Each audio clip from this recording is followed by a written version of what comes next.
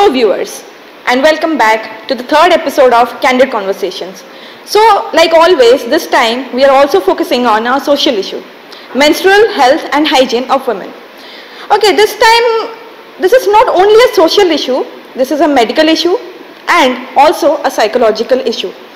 So we are today having a very wonderful panel with us. Rahul, who is a MBBS student at SCB Medical College, Soumya, who is pursuing her graduation in psychology in Ravinsha University, and Archana, who has started working in the mainstream media.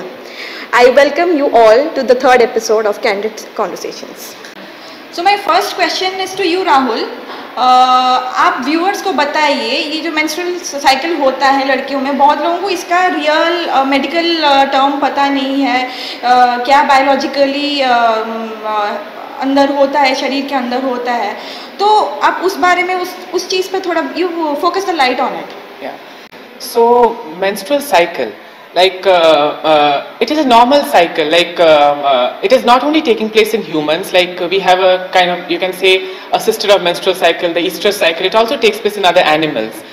Let's keep that aside. So menstrual cycle, it is a normal reproductive cycle which involves, the reproductive organs of the female, yes, like the ovaries, the uterus. So what I would like to say here is that menstrual cycle, basically it is like the interplay of hormones. So that there are various hormones, like if you say technically there is the estrogen, progesterone, the follicle stimulating hormone, the luteinizing hormone. So these hormones, the interplay of hormones, there is a cycle taking place in the ovary and the uterus. So what happens is that the female ovaries, they contain a lot of ova, or in layman's term you can say eggs.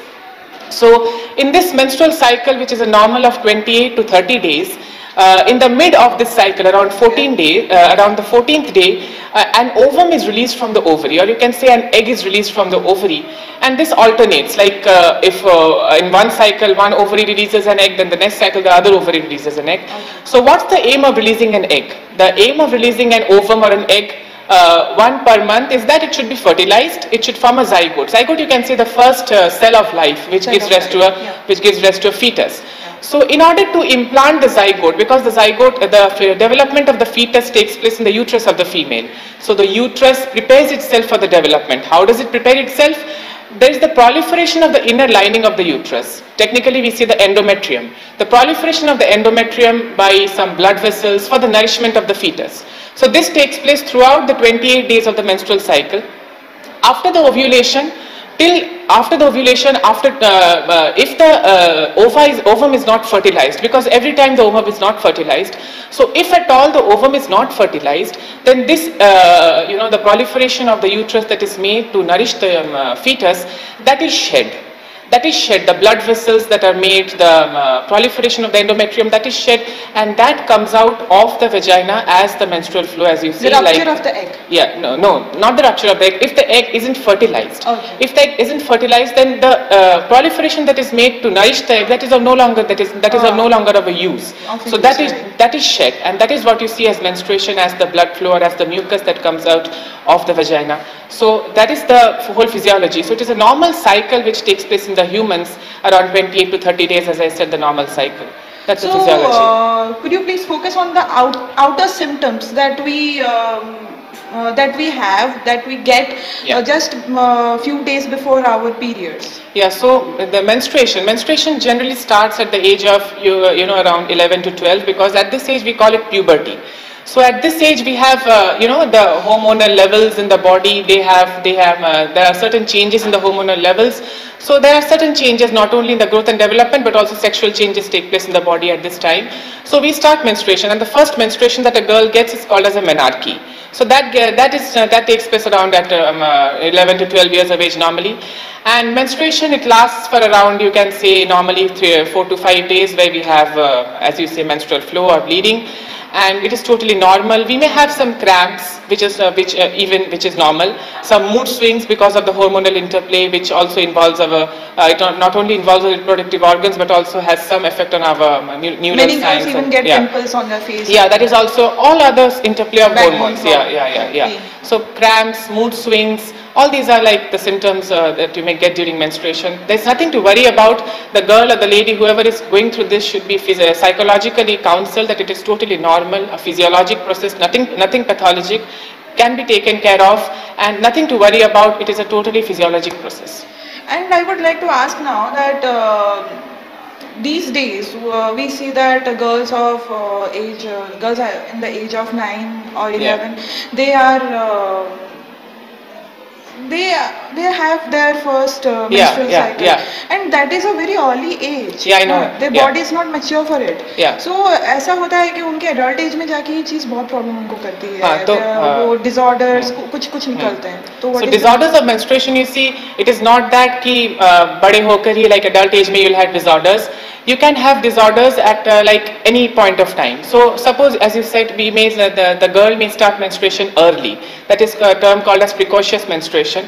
So it is so suppose there is the development of the hormones or the maturation of the hormones or the sexual characters early, or we may have delayed menstruation. Delayed menstruation, like post puberty, also the girl is not starting menstruating. So in those cases, delayed menstruation for some time it is all right, but if it is like kind of too delayed, then a hormonal assay should be done. A hormonal assay, you know, estrogen, progesterone, those are normally not assayed. Like thyroid hormone, thyroid assay test can be done, TSH, and also the thyroxine, because the thyroid hormones, thyroxine and all, they also have an effect on these on the menstrual cycle.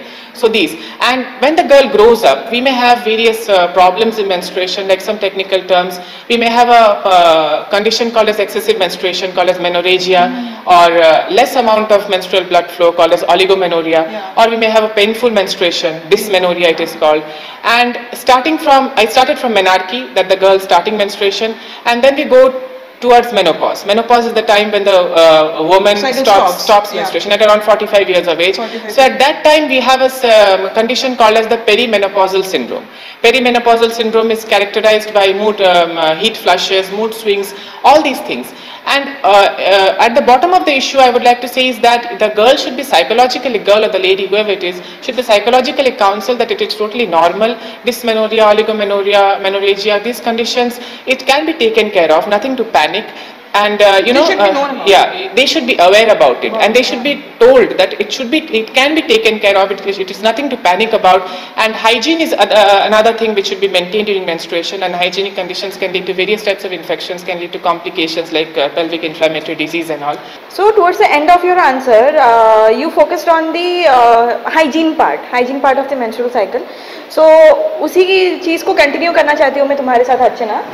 As you are working in media right now, तो तुमको इस चीज़ पे light होगा कि तुमको इस चीज़ पे idea भी होगा कि there are ignorant women in rural areas, villages, जिनको इस cycle के दौरान they do not know how to maintain the hygiene. They do not know, like they use dry grass, dirty clothes, even dry cow dungs during their menstrual cycle, and which is very much infectious and hazardous for their sexual and reproductive health.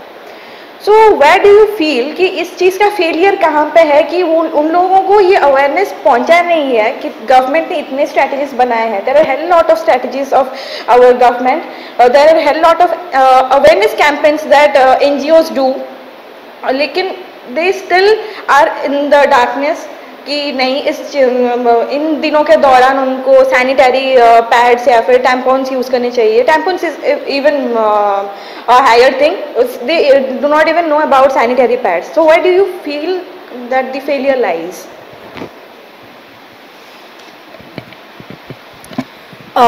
Basically, I want to quote all my answers in points because this is such a sensitive topic going on in our society. And if like I have found people in society talking about it like randomly, okay, this is menstruational cycle, this has to be done, this has to be done, but point makes you very clear what exactly the lacking thing going on in our government. Yes, media's power is to make people aware about the government policies. Yes, government has framed many policies, but the lack which government is meeting is, first of all, we have rural people. Their understanding level is different, so we need to meet their understanding level, which the government is not doing. They are not going directly and talking to them. What I have found till now is these rural women, they have a psychology that when we go and pay 37 rupees for these sanitary napkins, it means that we are contributing to the Western pharmaceutical companies' economy, so which they don't want to. So they are like, They think that this is a waste of money. yeah, exactly. They are just thinking कि ये तो हमारे देश की परंपरा है नहीं, ये तो हमारे देश की कुछ है नहीं, तो हम इस पे क्यों दें? तो ये चीज़ हमारा गवर्नमेंट देखता नहीं है कि गांव वालों के नज़रिए से समझाना ही उन तक कोई ज्ञान को पहुंचाने का जरिया होना चाहिए. ये इस चीज़ पे गवर्नमेंट कभी काम नहीं करते हैं. दूसरा चीज़ जो है कि एक when a woman is there, she always needs to be दहलीज. There's a concept called दहलीज. हर चीज़ हम women's के लिए हो जाता है कि दहलीज मत पार करो. So which is well quoted in our Wikipedias and all, saying like taboos, cultural influences and all. So like बोलते हैं ना कि वो जो 7 days है, a woman is always hindered with this thing that at the end of the 7 days it's a rebirth of her. Each and every woman takes rebirth in each and every month at the end of the 7 days. ये concept उनको educate करते समय हम समझाते नहीं हैं. इसमें government lack करता है. दूसरा चीज़ क्या है ना, हमारी माँ, the only guidance, the only doctor which a woman has during the time of menstruational cycle is her own mother beside her. She educates but never educates in a right way. She says that it's a taboo, तुमको दहलीज नहीं पार करना है, तुमको ये नहीं करना है. बट मुझे ऐसा लगता है कि हमारी मदर्स को रैदर हमारे लिए स्टैंड करना चाहिए. They need to stand for a daughter. Any woman beside us? Any woman, but more or less mother. I find if a mother stands firm beside a daughter during her these 7 days, no one can take any action for her. So the most important change which the government need to do is start educating the mothers, give them the power to talk in the family. Then whether it would be a cultural problem, whether it would be a medical problem, everything would be sorted. Transition कहा जा सकता है जो उनके period पे नहीं हुआ था, वो अपनी बेटियों के लिए करे. Exactly. Government is saying that ki if I'm educating a rural village from Chhattisgarh, if I'm educating a rural village from Odisha, the women are educated. No, not at all. You need to educate the mothers of the country. Then only it would be educated. Then what I found is there are many approaches, but there are no multi-sectoral approaches. For example, we have our washrooms. Like nowadays we have like sanitary things and all available. With the step taken by the government is very well, but the thing is that somewhere you would be finding that in the initial stages we have the water system there, we have particular dustbins there, but with time it's not being rechecked that whether it is in that condition the time it was implemented or the time it is, yeah, whether it is functioning or not. ये चीज़ हमारी government नहीं देखते हैं. ठीक है, तो it's very important कि हमारा जो इंफ्रास्ट्रक्चर है उसके साथ एजुकेशन को कनेक्ट किया जाए, एजुकेशन के साथ सैनिटेशन को वाटर के साथ, एंड पूरा जो हमारा हेल्थ एजुकेशन डिपार्टमेंट है ना उसको हमको पूरा ग्राउंडेड लेवल पे करना चाहिए. Everything is being done. I have found this that we have lots of NGOs from the foreign countries and especially from the UN Charter. We have World Health Organization, Model United Nations, we have their UN. They come to India, they educate the rural women, they do a lot of things. But have you ever found an Indian NGO going and sitting beside them? Yes, Indian NGOs do the work of translating the work of an UN, but they never do that work themselves. That is the most important lacking thing which I found in our Indian government health problem. Why isn't India's WHO working by themselves? They are dependent on the UN WHO. Why? That's a very good point. So they should work by themselves. Then the thing is that procreative. Each and every woman during the childhood days, the time the mother teaches a girl कि तुम पराई धन हो, you would be going to some other house to lighten them up. Why don't they say that you are a procreation measure of this world? Like तुम्हारे बिना ये संसार नहीं चलेगा। अगर ये चीज़ हो, अगर ये ज्ञान किसी को दिया जाता है तो मुझे लगता है वो चाहे पुरुष हो चाहे स्त्री हो, जो भी हो, ऑटोमेटिकली ज्ञान सबके तक पहुंचेगा। चाहे वो दहलीज हो, चाहे वो जहाँ भी हो, ज्ञान पहुंचेगा तो अंधकार हटेगा, और तभी ही जाके हमारा ये मेंस्ट्रुएशनल प्रॉब्लम जो वुमेन तक है वो तभी हट सकता है, उससे पहले नहीं हट सकता। So Soumya, so it's a very nice feeling to have you again in this panel. So see, she said about the hygiene side, hygiene aspect of menstrual cycle. I would focus now on the that so-called tradition we carry on our shoulders कि लड़की का जब वो menstrual cycle चल रहा होता है, she cannot perform, women cannot enter inside temples, they cannot perform any rituals, any holy rituals, they cannot touch male members in their family, उनको अलग सोना पड़ता है, अलग रहना पड़ता है, वो पूरा 5-7 दिन को पूरा रहना पड़ता है। एंड इस चीज़ को लेके ये सिर्फ आज की बात नहीं है, you also know and everybody in this panel knows कि ये चीज़ हमारे माओं के टाइम से, हमारे दादी माओं के टाइम से ये चीज़ चलता आ रहा है। तो इसको ना एक ट्रेडिशन का नाम दिया जा रहा है, which is actually not tradition, which is actually pseudo tradition, pseudo culture चला आ रहा है कि नहीं, women is impure when this cycle is going on. How can a woman be impure जब उसके शरीर में, उसके बॉडी में जो साइकिल चल रहा है, that is a sign of giving birth to a new life. How can someone be impure? So ये जो डिस्क्रिमिनेशन चलता है अपने ही फैमिलीज़ में, अपने ही सोसाइटी में, जहाँ से एक लड़की को मेंटली सपोर्ट चाहिए होता है, एंड हम लोगों के साथ भी ऐसा नहीं है कि नहीं हुआ है, हम लोगों के साथ में भी हुआ है, तुम्हारे साथ में भी शायद हुआ होगा, अर्चना के साथ में भी शायद हुआ होगा, तुमने भी अपने घर में अपने बहनों के साथ देखा होगा ऐसी चीज़। तो हम लोगों ने भी इस चीज़ को कहीं ना कहीं एक्सेप्ट कर ही लिया था, या फिर लिया है कि नहीं यार बोल रहे हैं तो ये चीज़ मानना पड़ेगा हमको, because we live in a family. तो ये जो डिस्क्रिमिनेशन है, what is your take on this? I'll tell you where all of this comes from, this not touching, not performing rituals, not visiting temples. All of this comes from the fact, from this very old times where a menstrual cycle for a woman was a time when she needed some bit of comfort. That is when she needed to be rested, because when your body loses that amount of blood, you are actually not equipped to take part in the everyday rituals and the everyday chores that you have to do in the house.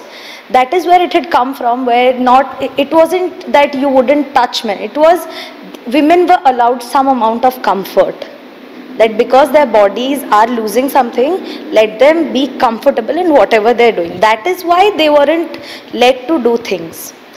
This, with the course of time, has been destroyed by the, it has been very fabricated. Yes, it has been very fabricated for us to believe in a way that we are impure. I would absolutely agree with you when you tell me that this menstrual cycle is just a stepping stone towards giving birth to a new life. Yes, it is very true. And the kind of taboo we face in our society, it is very disheartening for me and for every girl, because you have, when that amount of blood loss goes away from your body, you cannot imagine, he would agree to it, that amount of blood loss will make you weak. When you work one day out in the sun and you come home famished, how do you expect us to do anything that way? And when I come back to how we've been treated inside the family, that we aren't supposed to touch the male members, I would say I have been very blessed. I remember when I had my first periods, I was treated like a queen. My father treated me like a princess. I wasn't allowed to even budge. Like, chill, sleep and chill. So, it comes again from the education, the grassroots education, where women are treated like a commodity. Exactly, it is a moral education where women are treated like a commodity. They are. If you go to the lower strata of the society, women are in a way picturized as baby making machines. So all they do is make babies for you. 14 बच्चे 15 बच्चे. Exactly. So when you go to that lower of the strata of the society, you will realize that the level of education is very less. For them, you either make babies, or if you're on your periods and you're not making babies, you work. Yes. That is the two major things that a woman does. When it comes to the kind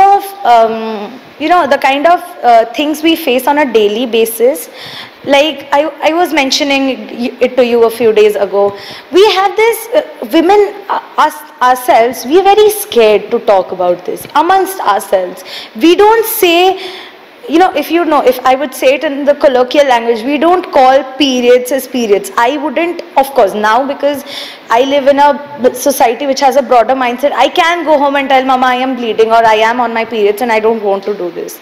But if you see at the lower strata, what I have heard women saying is, we have a problem, it's our monthly problem. We as women have to understand that it is not a problem, it is just your body trying to cope up with your own hormones. It's your body trying to give birth to a new life. And also this is very disheartening that when we go to medical shops to buy tampons or buy sanitary pads, they wrap it in newspaper and they give it in a black polythene or a black cloth bag. Again, I would come to this in this way. Why is, when making babies isn't a matter of shame? We all know how babies are made. If that is not a matter of shame, how is a woman bleeding a matter of shame, where that blood that she bleeds is just to cushion your baby, if it were in her uterus? If the blood she sheds is to protect the life that she's going to give birth, how is this a matter of shame? It is a matter of impurity. Exactly. How can a woman be impure? All of us are made of blood and bones, and we will bleed blood.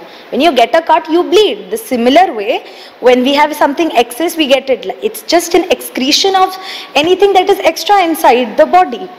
This is something that comes with education. This is something that comes with owning your own body. I wouldn't call it self-love, but it is in a way owning what you are. If as a woman you are okay that yes, I am an adult. My body has menstruation, and it is absolutely fine for me to cry and win when I have my periods.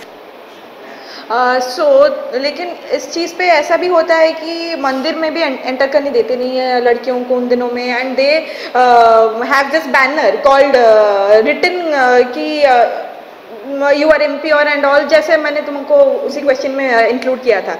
तो वो चीज़ ऐसा है, मतलब discrimination घर से निकल के मंदिर के चौखट पे आ गया.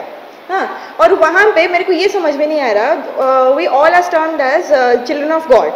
तो वो किसी लड़की को उसके इन दिनों में कैसे इम्प्योर ठहरा सकते हैं, which are being told to us. What is your opinion on this?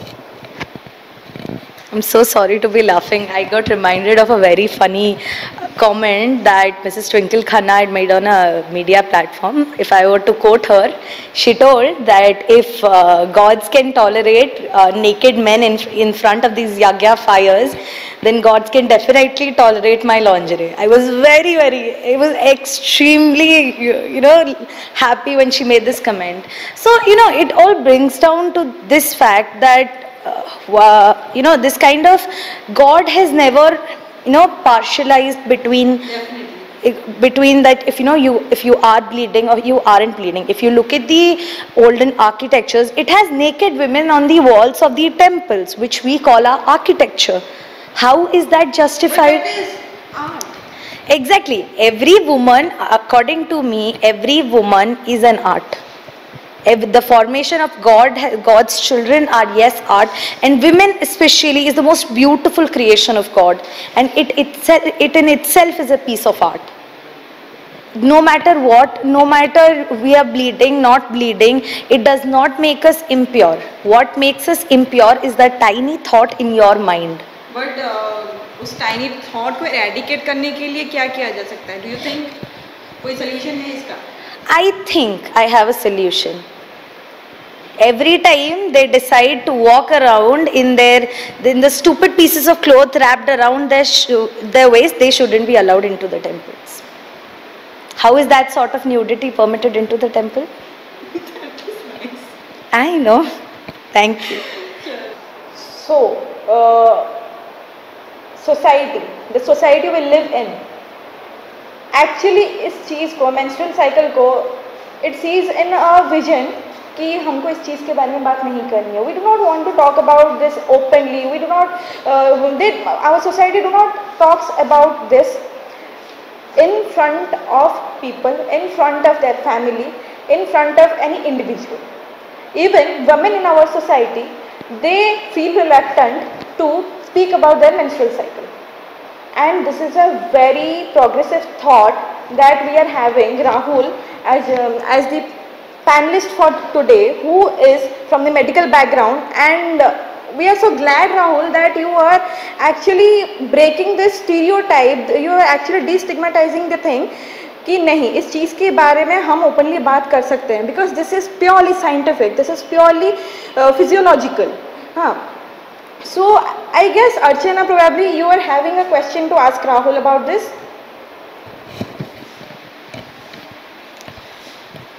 Rahul, as you relate from the field of medical science, basically I want to know one thing, that there is a, like you may call it a thought by the families.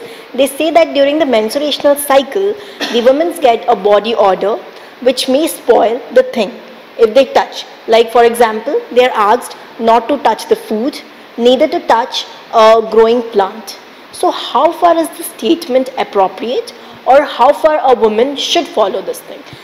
Another question which I have, as I come from a media sector, when doctors are appointed to go and educate the women, they educate like just giving statements and statement. How far do you believe that by sitting beside them, educating them personally will definitely help rural women to work more perfectly in the area of this menstruation? Yeah, exactly. First of all, as you said, menstruation, it is totally physiological, and it is not a problem, as you say. As many people call it as a problem, it is not actually a problem. So I don't say a cause that we shouldn't talk about it. Then coming to the question, you talked about body odor. So yeah. So in menstruation, we have the menstrual flow consists of blood and mucus, as you say. So these, the flow that we get, that is the shedding of the inner lining of the uterus, as I said, the endometrial shedding. So far as I know, the particular smell or the odor that you're talking about, that the flow that you get, the mucus and the blood, that has to be the cause, or that is the cause of the particular odor that you get. But scientifically, I don't see a cause that a growing plant will be hampered when you go and when a particular menstruating woman or a girl goes and touches the plant. Neither do I see a scientific mechanism in which the food gets spoiled. So I think these are all like the taboo which is present in the society. Scientifically, I don't see any correlation between these, but the particular term that you talked about, the odor and all, that we do get because we get a flow, the shedding of the lining of the uterus. And coming to a second question, the role of doctors in educating people. So yeah, we do see campaigns in which, you know, doctors go to the lower strata of the society, to the grassroots level, and they educate the people. And you are also right that doctors, like they वो statement के ऊपर statement बनाते जाते हैं, and like people don't understand much of it.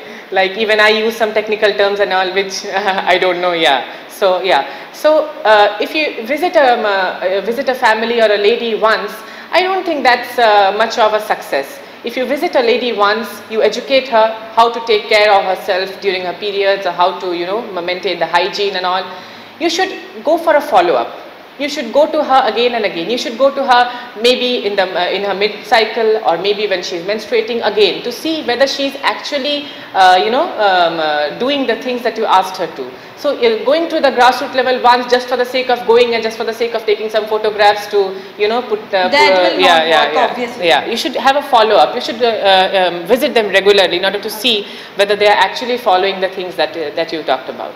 So Rahul, now that we are speaking about everything related to menstrual hygiene and everything related to menstrual problems, there are these two diseases that come to my mind when I talk about menstrual health. ovarian cysts and polycystic ovarian disorders. What I want to know is the major difference between them. So could you please help me with that? Yeah. So especially I would like to talk about PCOD or polycystic ovarian disorder. That is in a limelight now because there is much of research and all going into it. So cyst, in both these ovarian cyst and polycystic ovarian disorder, we have the word cyst. So cyst is any growth in the ovary. Cyst we normally call when we have some fluid in it. Okay. So we have a growth in the ovary, and that leads to some kind of disorders like the ovulation does not take place properly. There is some problem in the hormone levels in the body. The progesterone level, some research say that progesterone level is at a higher level because of these. So the menstrual cycle and the bleeding does not take place properly and monthly as it should be. So polycystic ovarian disease, nowadays it has been seen that it is quite idiopathic. Idiopathic, you say, when you can't know the cause of the disease, and it is seen, it can be seen from puberty. Even women of reproducible age, when they come with infertility, they are normally diagnosed with this polycystic ovarian disorder. So yeah, so ovarian cyst you talked about. Ovarian cyst, we may have a various kind. We may have a chocolate cyst in the ovary. So because we have the morphology of the cyst looks like a chocolate because of the blood that is present, the stored blood. So that is the kind of cyst that we have. When it is multiple cysts are present in the ovary, that we called as a polycystic ovarian disorder, which we talked about idiopathic cause, and mainly lifestyle modifications like losing weight, exercise. These are the modifications that are normally advised to do away with it or to alleviate the symptoms. But there is no specific surgery or medications for this polycystic ovarian disorder that you talked about. So along with your audience, I personally have two questions to ask you, Rahul. That there are times when we take medicines for either for our delayed periods or for the cramps or we feel during our menstrual cycle. So what are the side effects that we are supposed to face in our future days? So one of the problem you can see a thing that you go through in menstruation is like having cramps, and cramps are very normal during menstruation because in menstruation you see our the uterus contracts. The uterus contracts to expel the blood and the mucus that is present in there. So cramps are very normal, and normally medications that are given for cramps are normally over-the-counter drugs. Over-the-counter drugs, as in these are very safe drugs with almost no side effects, can be taken without a prescription. We give ibuprofen normally, over-the-counter drugs for normal menstrual cramps that are taken. And also you can take remedies like hot bath or a hot fermentation or something like that, or taking rest and exercise. Sometimes I personally use a hot water bag. Those are the things that you can do for cramps. Sometimes if there is a problem or there is excessive cramps, then doctors may prescribe some non-steroidal anti-inflammatory drugs, NSAIDs as we tell them. Like we have these drugs normally, they can cause some problem very rarely and very, I'm talking about very rare and very, this can happen at a very later stage. These drugs can have certain problems in the gastrointestinal tract. It can lead to certain types of ulcerations, but it is very rare. And if you use the drug, like if you abuse, if there's a drug abuse without proper, suggestions from the physician, in that case it may lead to some side effects. Normally it is seen in the gastrointestinal tract. What kind of side effects? As I said, it can lead to gastric irritations, it can lead to some kind of dyspepsia. Any reproductive? Normally, these painkillers that you have, it has an effect on the gastrointestinal tract mainly. We may have a peptic ulcer disease, or we may have an ulceration in the, but it is very rare. As I said, if you abuse the drug and at a later stage, you may get, but normally we do not have any side effects with the kind of drugs which are given for cramps for menstruation. But should we use it or should we not use it? You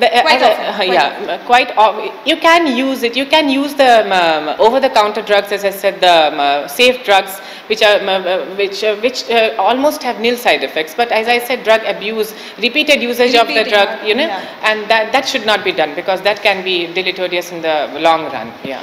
And my second question to you is, there are also times when we face abnormal bleeding and normal bleeding, but many people do not know the difference between them. So what are the symptoms that Yeah. we should know that okay, this is we are having a normal bleeding or we are having abnormal bleeding? Yeah, normal bleeding, you see, in one menstruation we are expected to lose less than 80 ml of fluid. So now no one is going to measure the amount. So we measure it according to the number of pads that a lady or a girl changes per day. So normally it is about 5 to 7, but this normally varies. 5 to 7 5 during to the 7 entire cycle? No, 5 to 7 per day. Okay, per yeah, day. Yeah, 5 to 7, but it varies. Suppose a woman, she is very conscious about the hygiene. She may use many number of pads. So we normally assess it according to the number of pads. So if you have a case of excessive menstruation, that is called as menorrhagia, then in excessive menstruation we will have some clots in the menstrual flow. Normally menstrual blood does not clot because technically, if we will speak, it contains a chemical called as fibrinolysin, which does not allow it to clot. So if you are getting clots in your menstrual fluid, that is an indication of excessive menstrual drainage. It is called as menorrhagia. That is a condition which is a complication. Also, you may have oligomenorrhea, which is less amount of menstruation. These are kind of abnormal bleeding that you may face. But normal bleeding, you can say cramps and mood swings, these are normal. So abnormal bleedings, as I said, normally you will get some clots or, painful menstruation, dysmenorrhea as we say. These are Okay, so that was the end of the third episode of Candid Conversations. It was wonderful having you all in the panel and having such a brainstorming discussion. And for more updates and more videos, stay tuned to the channel of Candid Cinema on YouTube.